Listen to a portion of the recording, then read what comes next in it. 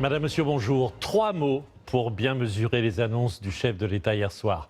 D'abord un horizon, le 11 mai, pour un début de déconfinement très progressif. Deuxièmement, une condition, que le confinement se poursuive strictement pendant encore 1 mois.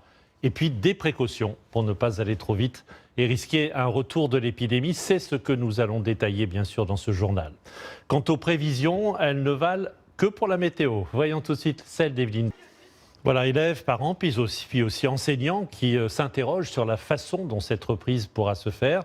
Pour l'instant, évidemment, c'est encore flou. À Dijon, en Côte d'Or, Séverine Agy et Alexandra Viera.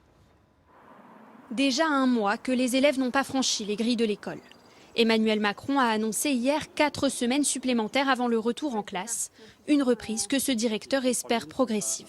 La rentrée le 11 mai sera plus facile s'il y a un échelonnement des niveaux scolaires et des âges des enfants. Au niveau des maternelles, un enfant, ce qu'il a envie, c'est de faire un câlin, c'est d'être dans les bras.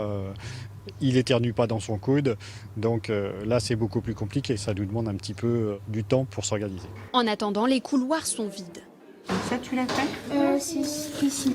Seule une quinzaine d'enfants de soignants sont accueillis, avec toutes les précautions nécessaires. Ils sont toujours à la même place. Ils sont relativement, éloignés les uns des autres. C'est 1 mètre, on ne se touche pas, on ne prend pas les affaires des autres. À l'étage en dessous, les collégiens respectent la distance de sécurité et disposent de gel hydroalcoolique, mais pas de masque. Une situation gérable seulement pour de petits effectifs, selon cette enseignante. Il n'y a pas de raison qu'on ne puisse pas ouvrir les restaurants et les cafés parce qu'il y aurait plus de 10 personnes ensemble dans une même salle et qu'on reprenne les cours normalement avec 35 élèves par classe, 3000 élèves à Saint-Jean. Il faudra faire un système de roulement avec des petits groupes.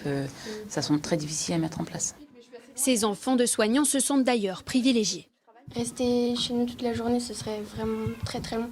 Et puis ici, on peut faire plein d'activités différentes, on a accès à Internet facilement. Ici, on peut être aidé selon les matières si on a besoin. Des classes virtuelles, c'est rigolo les premières semaines, mais ça devient un peu plus compliqué chaque jour. Pour l'ensemble des élèves, c'est bien qu'on puisse reprendre le chemin de l'école rapidement.